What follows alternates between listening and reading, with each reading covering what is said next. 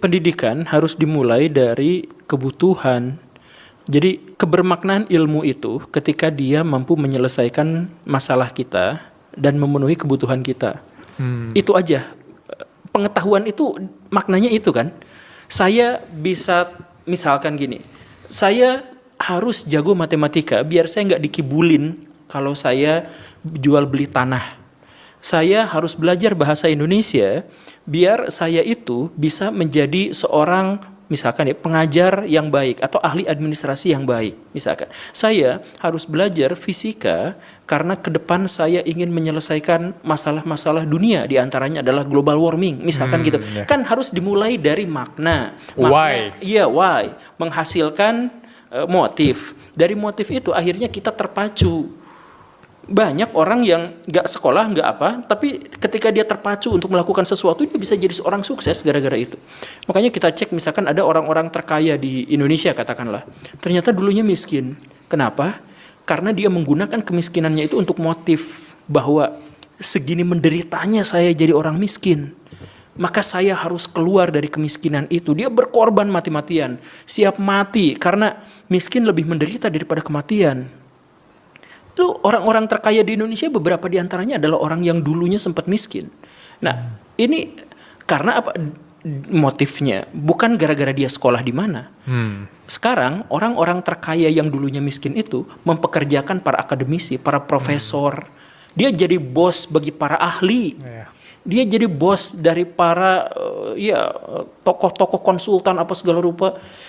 Semua para ahli, akademisi, konsultan dan sebagainya bekerja untuk memberikan aset pada dia, memberikan kekayaan pada dia. Jadi fokusnya di mana?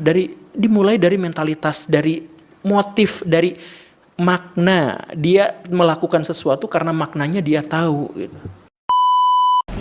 Halo Sobat Muda, kembali lagi sama kita di Potski, Podcast Anak Vokasi.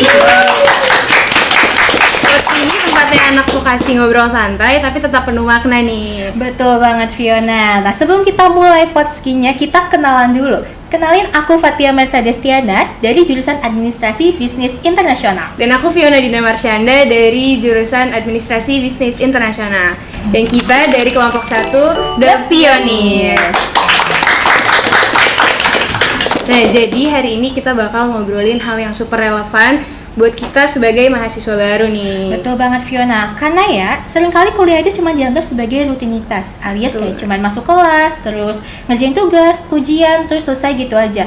Padahal sebenarnya pendidikan itu nggak sesempit itu loh teman-teman muda. Setuju, pendidikan tuh harus dimulai dari kebutuhan, lalu baru terasa maknanya jika bisa dipakai di kehidupan sehari-hari nih. Betul banget. Dah, kali ini kita nggak cuma ngobrol berdua aja nih Fiona. Kita ditemani sama dua narasumber spesial kita hari ini. Boleh tepuk tangannya teman-teman semua. Oke, dua narasumber kita kali ini punya background yang unik-unik semuanya sebelum akhirnya memutuskan untuk masuk dunia perkuliahan. Siapa sih nih Kak narasumber pertama kita? Oke, kita langsung kenalan aja ya sama dua narasumbernya. Narasumber kita yang pertama ada Muhammad Fatih Azikri dari jurusan Bisnis Digital. Boleh Fatih say hi dulu ke teman-teman semua, ke teman-teman lain. Halo semuanya. Wow. Oke, Fatih ini adalah mahasiswa jurusan Bisnis Digital. Dia ini awalnya sempat gap year, teman-teman, selama setahun sebelum akhirnya memutuskan untuk masuk dunia kuliah. Dan selama gap year ini Fatih itu udah pernah bekerja di bidang marketing, bahkan pernah juga mengajar di bimbel bahasa Inggris. Oke, menarik banget ya ini latar belakangnya Fatih. Fatih nih, kalau kita boleh tahu, boleh gak sih diceritain kenapa akhirnya kamu memilih kuliah di jurusan bisnis digital ini? Oke, dulu kan setelah gap year selama setahun nih, akhirnya udah tahu maunya ke bidang apa gitu kan. Jadi saya itu nyoba marketing gitu kan di online kayak di Facebook, Instagram, terus TikTok gitu kan. Nah, terus kedepannya boleh nih nambah lagi nih ilmu di bisnis gitu kan, marketing, makanya saya milih jurusan bisnis digital gitu. Oke, jadi keren ya Fatih ini udah bisa nemuin arah kuliahnya mau kemana lewat pengalaman dulu nih teman-teman. Tapi selain Fatih, kita juga punya narasumber lainnya yang gak kalah keren. Betul nih, kita punya narasumber kedua yaitu Elfahri Kurniawan. Boleh disapa dulu teman-teman? Nah, Elfahri ini juga jurusan di bisnis digital nih, tapi bedanya Elfahri ini sudah pernah mempunyai bisnis kecil-kecilan di bidang produk lifestyle berbasis digital. Bener banget, keren banget ya, masih maba tapi udah punya bisnis sendiri. Oke, kalau dari Fahri sendiri nih, ini manggilnya apa? L apa Fahri? L aja. Oh, L aja, oke. Kalau dari L sendiri nih, apa sih alasan kamu milih bisnis digital? Alasan aku milih jurusan ini karena pengen ngembangin keterampilan skill bisnis aja sih, apalagi di era digital saat ini ya, biar punya bisnis tapi itu nggak monoton. Oke, keren banget ya. Oke, jadi bisa kita lihat ya teman-teman, kita narasumbernya ini dari jurusan bisnis digital nih dua-duanya. Dan meskipun mereka sesama bisnis digital, tapi mereka punya latar belakang dan background yang berbeda-beda nih. Betul. Nah, gimana kalau kita sebelum mulai ke topik utama tuh kita ice breaking dulu nih Kak? Betul, ini biar kita nggak terlalu serius ya. Betul. Biar kita Tenang aja, lebih cair, lebih pertanyaannya chill. cepet kok. Pertanyaan singkat-singkat aja. Boleh Fatia? Boleh, aku mulai ya. Oke, buat Fatih sama El nih, coba satu kata yang terlintas di pikiran kalian ketika kalian dengar kata kuliah itu apa sih? Oke, jadi menurut saya itu kuliah lebih ke tantangan sih. Oke, tantangan. Kalau buat El nih, apa nih kuliah tuh? Aku, waduh sih. Waduh ya. Waduh, tantangan sama waduh. Ini baru pertanyaan pembukaan sih udah unik-unik Udah ya unik dan jawabannya. berbeda nih ya, tapi Betul. tetap ya kita deg-degan dengarnya ya. Deg-degan banget dengarnya. Oke, next pertanyaan Nah, berikutnya. next question nih. Kalau kalian disuruh milih, kalian lebih milih ada tugas numpuk tapi gampang-gampang atau tugasnya sedikit tapi susah nih? Oke, kalau saya pribadi sih lebih milih tugas yang susah tapi cuman satu ya kan, karena effortnya bisa lebih bagus daripada yang gampang tapi banyak gitu Pak. Oke, effort. Berarti perfeksionis ya. Dan Fatih timnya orangnya suka perfeksionis. tantangan nih, Iya, berarti nih. betul. Oke, kalau dari El sendiri gimana? Kalau aku lebih suka yang tugas banyak tapi itu gampang, biar cepat beres aja sih. Oke, kalau L berarti lebih yang ke simple dan praktis. aja.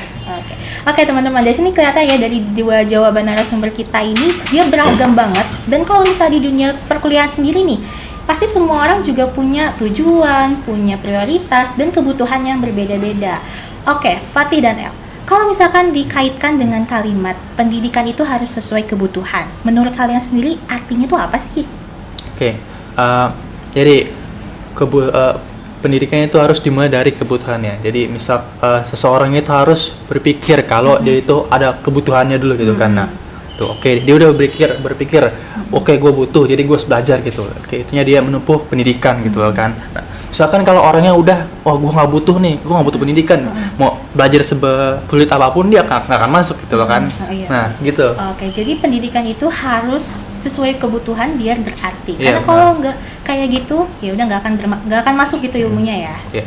Oke, keren banget ya Kak. Nah, kalau dari El sendiri gimana nih pendapatnya? Kalau menurut aku belajar pendidikan itu sama ya kayak makan. Kita makan tuh karena lapar, bukan karena FOMO pengen ikut-ikutan makan. Oke. Sama kayak pendidikan, kita tuh harus tahu dulu nih apa yang mau kita tuju. Dalam artian kita tuh punya capaian. Oke, ini keren ya analoginya. Jadi belajar sama dengan makan. Kalau kita misalkan dari awal aja ikut-ikutan, berarti ntar kita nggak bisa kerjain itu dengan ikhlas dan hasilnya juga nggak akan maksimal nih teman-teman muda semua. Betul. Nah, kalau tadi kita udah ngomongin tentang tujuan, sekarang coba kita kaitin dengan kehidupan mahasiswa baru nih. Menurut kalian, kebutuhan pendidikan sebagai mahasiswa baru tuh apa aja sih? Oke. Kebutuhan pendidikan sebagai mahasiswa gitu kan. Nah, pendidikan itu apa sih yang dibutuhin dari pendidikan itu kan ilmu kan. Nah, ilmu itu salah satunya itu berkaitan dengan informasi gitu. Jadi ada 3 hal yang dibutuhkan, yaitu ada informasi, rencana dan relasi gitu loh kan. Nah, kalau udah punya informasi, udah punya rencana, nah, punya relasi untuk memudahkan, nah itu udah enak kebutuhannya gitu. Berarti nggak cuma ilmunya aja ya, tapi harus punya relasi dan juga rencana gitu ya. Kalau dari El sendiri gimana? Mungkin punya jawaban yang berbeda? Kalau kebutuhan dasar maba tuh kayak ngerti jurusan, cari skill baru, punya circle yang sehat. Nah, tapi ada 2 nih yang penting, yaitu adaptasi sama relasi. 2 hal ini tuh kuat banget lah daripada nilai IPK. Oke, jadi kalau di dunia kuliah itu bukan cuma nilai IPK aja nih yang penting, tapi gimana cara kita bisa beradaptasi dan juga membangun relasi yang sehat gitu, teman-teman muda, dicatat baik-baik nih. Oke nih, kalau gitu kita udah bisa masuk ke segmen sharing personal experience Betul kali ya Kak. nih. Nah, kita mulai dari Fatih dulu kali ya. Oke, kita mulai. Fatih, kamu kan memilih untuk gap year ya? Iya. Nah, dari gap year ini kamu tuh lebih memahami gak sih sebenarnya makna ilmu buat kehidupan kamu tuh apa? Oke. Kalau ilmu itu ya, makna ilmu itu harus ada kebutuhannya gitu Oke, kan. kebutuhan. Nah, kalau emang nggak ada kebutuhannya, minimal dia itu harus ada manfaatnya gitu kan. Nah, ilmu udah ada kebutuhan, udah ada manfaat, tuh harus ada dua itu. Tapi kalau ilmu nggak, kebutuhannya nggak ada, manfaatnya nggak ada, jadi ilmu itu nggak akan ada maknanya gitu loh kan. Oke. Nah gitu. Berarti harus ada kebutuhan, terus ada manfaatnya juga, biar berarti buat diri kita sendiri gitu Iya, ya. Oke, kalau dari El gimana? Kalau aku itu sih pas ngejalanin bisnis tuh kok yang aku rasain masih banyak yang trial and error gitu ya. Nah dari situ kayaknya aku sih butuh kuliah ya biar punya ilmu yang lebih terarah, terutama soal ngembangin bisnis di era digital saat ini sih. Oke, dari sini ini keren nih jawabannya gitu ya. Jawabannya beda-beda nih ya. Oke, kalau gitu kita ke next question aja kali ya. Iya. Menurut kalian nih, kalau seseorang mau kuliah tuh dia harus tahukah kebutuhannya dulu atau dia bisa sambil jalan nih, jalanin kuliahnya baru dia nemuin sebenarnya kebutuhannya apa? Nah, oke, pertanyaannya bagus nih. Oke, jadi ada yang dari awal harus tahu dulu, ada yang di tengah-tengah harus baru tahu gitu kan. Nah, sebenarnya lebih bagus kalau dari awal udah tahu gitu kan. Jadi udah rencananya udah terpapar gitu. Cuman ada orang juga yang di tengah ketemu nih ya. Karena dia di awal, wah gua nggak tahu mau ngapain, jadi dia ikut dulu. Akhirnya semester 1, 2, 3 akhirnya wah gue tahu mau ngapain tuh kan, akhirnya dia ketemu gitu. Jadi tiap orang tuh beda-beda gitu kan, cuman lebih baik dari awal udah tahu gitu. Oke. Kalau menurut El sendiri gimana nih? Kalau menurut aku idealnya sih harus tahu dulu ya. Tapi kan realitanya banyak tuh yang nemuin sambil jalan. Jadi nggak masalah lah. Yang penting kitanya terbuka buat nge-explore. Oke. Jadi kita sepakat ya kalau misalkan teman-teman muda nih mau nentuin arah kuliahnya kemana atau arah tujuan teman-teman muda, yang paling penting itu teman-teman muda harus tahu dulu nih kalian potensi dirinya apa, baru bisa menentukan rencana selanjutnya. Oke, terus nih buat Fatih sama El, kalian pernah nggak sih belajar sesuatu yang nggak sesuai dengan kebutuhan kalian? Dan kalau misalkan pernah nih, gimana cara kalian agar tetap bisa memaknai ilmu itu sendiri? Oke, yang pertama itu pernah ya dulu pas SMP gitu kan, nilai kimia saya jelek, terus dipaksa buat belajar kimia gitu loh kan. Padahal menurut saya ilmu kimia itu nggak akan kepake di hidup saya gitu loh kan. Nah, yang kedua, kalau emang ingin memaknai sebuah ilmu itu, dan balik lagi tadi, yang kedua harus ada kebutuhan sama manfaatnya gitu kan. Kalau kedua yang nggak ada, mau memaknainya juga susah gitu kan. Oke. Pak, El sendiri gimana? Aku juga pernah sih, tapi kadang ilmu yang kita anggap nggak kepake itu justru bisa jadi backup skill loh di suatu momen tertentu. Percaya deh. Oke. Menarik banget ya Kak, berarti ilmu yang kadang kita pikir nggak kita butuhin ternyata bisa bermanfaat gitu di waktu yang nggak kita sangka Betul nih. banget. Oke. Dari tadi kan kita udah nih ya dengar pengalaman masing-masing dari dua narasumber kita. Terus sekarang kita akan masuk ke segmen selanjutnya, yaitu kebermaknaan dalam ilmu. Nah, menurut Fatih sama El sendiri nih, gimana caranya biar ilmu yang kalian pelajari itu nggak cuma jadi teori aja, tapi benar-benar bisa kepake di dunia nyata dalam kehidupan sehari-hari juga? Boleh dari Fatih dulu. Ya gitu kan. Ya seperti yang dibilang tadi kan harus ada kebutuhan dan manfaatnya juga gitu kan. Kayak misal kayak hal yang sepele gitu kan. Ilmu adab gitu kan, sepele tuh. Tapi walaupun emang menurut orang nggak butuh tuh, tapi manfaatnya banyak gitu kan. Sehari-hari pasti dibutuhin. Sama juganya kayak matematika. Menurut kamu itu mungkin nggak butuh gitu loh kan, tapi akhirnya pakai juga gitu kan, ada manfaatnya gitu. Kalau caranya aku sih tiap dapat ilmu baru tuh harus langsung dipraktekin ya, meskipun itu ke hal-hal yang kecil. Jadi kita nggak usah nunggu ada kesempatan besar dulu lah, langsung dapat praktekin aja. Oke. Jadi kita dapat tips baru nih, kalau kita dapat ilmu segera dipraktikkan biar gak lupa. Betul. Oke, next question kali ya. Langsung aja Fiona. Menurut kalian nih orang tuh harus Orang itu harus tahu dulu kebutuhan pendidikannya, atau mereka bisa yang temuin di tengah jalan, atau gimana nih kalau menurut kalian? Oke, jadi kalau untuk anak muda gitu ya, yang pertama yang harus didapetin tuh harus punya independence gitu loh kan. Oke. Harus bisa mandiri. Nah, kalau udah bisa mandiri, udah tahu nih kayak gue ke depan mau ngapain, udah ada rencananya, dari tiap jam udah tahu mau ngapain gitu loh kan. Nah, rencana udah tahu, jadi kalau rencananya udah tahu pasti kebutuhan juga udah tahu gitu loh kan. Nah gitu. Oke. Kalau dari aku sama sih kayak tadi jawabannya, idealnya harus tahu dulu ya. Oke. Tapi banyak juga yang nemuin sambil jalan, jadi nggak masalah lah. Oke nih, kalau menurut kalian pengalaman praktik kayak organisasi atau magang tuh lebih ngebantu gak sih buat memahami makna ilmu dibandingkan penjelasan teori di kelas? Nah, itu benar banget tuh. Jadi saya dulu pernah kan di sekolah cuman menghafal, ngerjain soal gitu loh kan. Nah, setelah saya magang nih di praktek, saya dapet tuh ilmu yang dari bos saya dulu. Tuh dia sekolah tuh nggak pernah diajarin gitu loh. Dikasih tips sama triksnya gitu loh kan. Nah, itu jadi dapat ilmu dari orang lain juga gitu. Oke, kalau El gimana? Nah, kalau praktek tuh bikin kita paham realita ya. Tapi kalau teori juga penting, bikin kita punya dasar. Dualnya sama-sama penting, sama-sama dibutuhkan juga. Oke, Berarti dua-duanya penting ya, harus seimbang nih Kak. Oke, teman-teman muda juga kalau misal punya jawaban yang berbeda boleh ditulis-tulis di komen, oke? Nah, terus nih, Fatih sama El, menurut kalian ada nggak sih ilmu yang kelihatannya tuh sepele, yang kecil gitu, yang mungkin gak akan terlalu kepake lah di dunia di kehidupan sehari-hari, tapi ternyata justru sebaliknya malah sering banget dipakai di kehidupan sehari-harinya kalian? Oke, nah itu salah satunya tuh ilmu adab tuh kan. Tuh paling kecil banget, kayak lewat depan orang permisi gitu loh kan. Ada orang tua harus lebih hormat gitu loh kan. Ada orang yang susah bantuin, ada sampah gitu kan berdatangan dibuang, itu kan adab tuh. Itu walaupun kecil banget tapi krusial di kehidupan sehari-hari gitu. El punya jawabannya berbeda mungkin? Public speaking. Oke, Awalnya kenapa tuh? belajar tuh cuman buat presentasi ya. Oke, presentasi. Tapi kok kepake juga pas interview.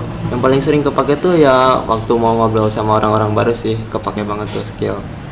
Oke, tapi bener banget ya Fiona, aku setuju nih sama dua narasumber kita. Benar-benar. Jadi adab atau etika maupun public speaking sebenarnya adalah dua hal yang mungkin teman-teman di luar sana juga masih cuek banget nih sama hal ini. Karena sebenarnya dua hal ini itu penting banget, apalagi kita sebagai makhluk sosial ya, pasti kan sering bersosialisasi nih.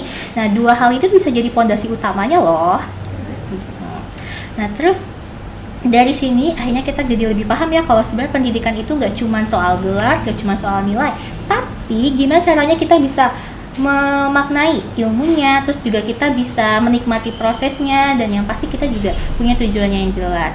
Oke nih, aku yakin teman-teman muda yang lagi nonton online juga pasti butuh nih bekal semangat dari para narasumber kita biar mereka bisa lebih oke buat ngejalanin dunia kuliahnya nih. Oke, jadi langsung aja kita masuk ke segmen berikutnya, pesan untuk sesama maba. Oke, ini buat El sama Fatih, boleh kali kasih tipsnya buat teman-teman maba juga supaya ngejalin kuliahnya nggak cuma sekedar formalitas tapi lebih sesuai kebutuhan dan bermanfaat. Oke gitu, pesan untuk maba di masa depan ya, sama maba. Kalian itu harus tahu tujuan hidup itu mau ngapain gitu kan. Harus tahu tujuan hidup kalian dulu, kayak untuk siapa atau mengapa gitu kan. Udah tujuan hidup, harus ada rencana juga. Nah gitu kan, udah rencana jadi tahu step by step mau ngapain gitu kan. Nah yang ketiga, kalian itu harus punya tekad gitu. Ini percuma kalian punya tujuan, punya rencana tapi tekadnya nggak ada, sama aja nggak guna gitu loh kan. Nah yang terakhir untuk mempermudah nih jalan rencana itu relasi gitu lah kan. Misal kalau kalian dapat ada masalah apa gitu, terus kalian punya relasi pengacara yang bagus gitu kan, nah itu bisa mempermudah gitu lah kan. Oke, kalau El nih mungkin ada tambahan. Kalau tips dari aku buat teman-teman di luar sana, kalau kuliah nggak usah ngejar cepet lulusnya aja lah. Nikmatin prosesnya, banyakin pengalaman, dan yang paling penting perluas relasi. Oke. Jadi kita dapat tips dari Kita dapat kita harus punya tujuan, rencana, tekad, relasi, sama jangan lupa dinikmatin prosesnya. Betul banget. Oke, terus El dan Fatih nih, kalau misalkan kalian harus kasih satu kalimat motivasi untuk teman-teman maba, apa pesan yang ingin kalian sampaikan tentang belajar yang bermakna? Oke, belajar yang bermakna. Oke, jadi ada kepikiran nih saya salah satu kutipan dari Bruce Lee dulu. Do not be afraid of someone who knows 100 moves. Be afraid of someone who knows one move and trains it 100 times. Keren banget nih. Inggris ya, kamu ngerti bahasa Inggris? Ngerti dong. Oh boleh. Belajar yang sejati yaitu ketika pengetahuan berubah menjadi kebijaksanaan. Oke, keren banget nih pesan-pesan dari narasumber kita. Oke, jadi pada intinya ya kuliah itu nggak hanya cuma soal gelar, nggak cuma soal pendidikan, tapi gimana kita bisa memaknai prosesnya dalam hidup kita. Betul, aku setuju sih. Nah, semoga sharing kita hari ini bisa jadi motivasi buat teman-teman maba supaya ngejalanin kuliahnya nggak cuma sekedar formalitas aja, tapi sesuai kebutuhan dan lebih bermanfaat. Betul banget, dan gak kerasa ternyata semua udah kita bahas ya, mulai dari pengalaman Fatis yang udah sempat gapir, terus pengalamannya El yang udah sempat jalanin bisnis, semua udah kita bahas nih. Sampai akhirnya mereka memilih untuk kuliah Iya, ya. betul, insightful banget lah obrolan kita hari ini. Nah, semoga obrolan kita hari ini bisa menginspirasi teman-teman maba supaya ngejalanin kuliahnya dengan lebih sadar dan bermakna gitu ya. Betul. Terima kasih juga buat dua narasumber kita, buat Fatis dan El. Makasih banget udah sharing pengalaman kalian ke kita semua nih. Dan terima kasih juga untuk kalian yang udah dengerin kita dari awal sampai akhir. Sampai ketemu lagi di episode berikutnya di Potski, Podcast Anak Vokasi.